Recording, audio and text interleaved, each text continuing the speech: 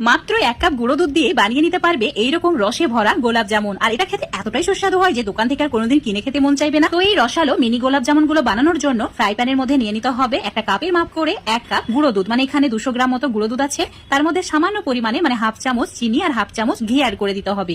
এবার half cup দুধ add করে দিতে হবে আর এই দুধটা আগে থেকে জাল করা ঘন দুধ। এবার সমস্ত কিছু ভালো করে মিশিয়ে নিতে হবে। এই সময় চুলোটা কিন্তু অফ করা আছে। ভালো করে মিশিয়ে নেওয়ার পর চুলোটাকে অন করে দিতে হবে। 1 মিনিট মিডিয়াম টু লো ফ্লেমে জাল করে নিতে হবে। তারপর অ্যাড করে দিতে হবে 1 টেবিল চামচ সুজি, আর এখানে কাঁচা সুজি ব্যবহার করেছি। এবার একটু সময় নিয়ে অনবরত এভাবে নাড়াচাড়া করতে হবে যতক্ষণ না মিশ্রণটা ঘন হয়ে যাচ্ছে। তো এই কাজটি করতে মোটামুটি 5 মিনিট মতো সময় লেগেছে। 5 মিনিটের মধ্যে ঠিক এইরকম একটা ডোয়ের মতো রেডি হয়ে গেছে। যখন দেখবে কড়াই থেকে একদম উঠে আসছে তখন এটাকে একটা প্লেটের মধ্যে নিয়ে নিতে হবে ঠান্ডা করার জন্য। তো যতক্ষণে এই মিশ্রণটা ঠান্ডা হচ্ছে ততক্ষণে চিনি সিরাটা রেডি করে নিতে হবে। চুলোর উপর একটা কড়াই নিয়েছি, কড়াইয়ের মধ্যে 1 কাপ চিনি অ্যাড করে দিয়েছি। এবার ওই কাপের মাপ করে 1 কাপ জল অ্যাড করে দিতে হবে আর এখানে 3টি এলাচ এভাবে ফাটিয়ে নিয়ে অ্যাড করে দিতে হবে। আর দিয়ে দিতে হবে সামান্য পরিমাণে গোলাপ জল। তো অবশ্যই গোলাপ জলটা দেবে। গোলাপ জামুনের মধ্যে গোলাপ জলের ফ্লেভারটা থাকলে খুবই ভালো লাগে খেতে। চুলোর ফ্লেমটা মিডিয়াম টু হাই রেখে চিনি গলা পর্যন্ত অপেক্ষা করতে হবে। তারপর 1 মিনিট ভালো করে জাল করে নিতে হবে যাতে এই চিনির রসটা একটু আঠালো হয়ে যায়। এবারে চিনির রসটা হালকা ঠান্ডা করে নিতে হবে। তো চুলো থেকে নামিয়ে রেখে দিচ্ছি। এদিকে গুঁড়ো দুধের মাওয়াটাও হালকা গরম আছে, তো হাত দিয়ে ভালো করে 1 মিনিট মথে নিতে হবে। তারপর অ্যাড করে দিতে হবে 1 চিমটি মানে একদম সামান্য পরিমাণে বেকিং সোডা। তার সঙ্গে যতটুকু বেকিং সোডা দিয়েছি তার ডবল বেকিং পাউডার দিতে হবে। 1 চামচ মতো জল অ্যাড করে খুব ভালো করে মিশিয়ে নিতে হবে। জলটা অবশ্যই অ্যাড করবে। তারপর দিয়ে দিতে হবে 2 চামচ ময়দা। অবশ্যই এখানে ময়দা অ্যাড করতে হবে আর ময়দার পরিমাণটা 2 চামচই রাখবে, এর বেশি কিন্তু দেওয়া যাবে না। বেশি দিলে মিষ্টিগুলো ফেটে যাবে।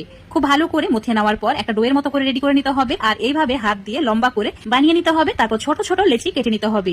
একদম মিনি গোলাপ জামুন বানাচ্ছি তাই লেচিটাও ছোট কেটেছি। তোমরা চাইলে এর চেয়ে বড় ভাইয়ের চেয়েও ছোট করে কেটে নিতে পারো। দেখতেই পাচ্ছ গোলাপ জামুনের গায়ে কোনো রকম ফাটল ধরেনি, খুবই সুন্দরভাবে এগুলো রেডি হয়ে গেছে, মানে ডোটা একদমই পারফেক্ট হয়েছে।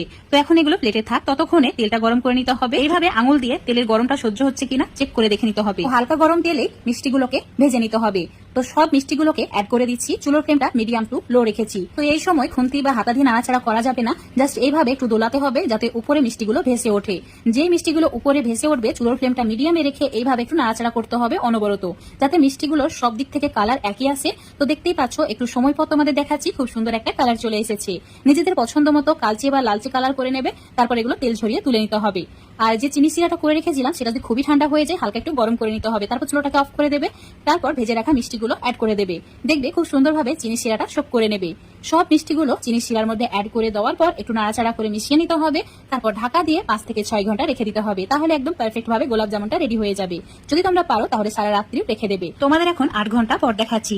দেখতেই পাচ্ছ গোলাপ জামুন গুলো একদম রসে ডুবে টুইটম্বর হয়ে গেছে। সামান্য পরিমাণে পেস্তা বাদাম গ্রেট করে দিয়েছি। এটা দেখার সৌন্দর্য, তোমরা চাইলে না দিতেও পারো। দেখতে পাচ্ছ কতটা লোভনীয় হয়েছে। তো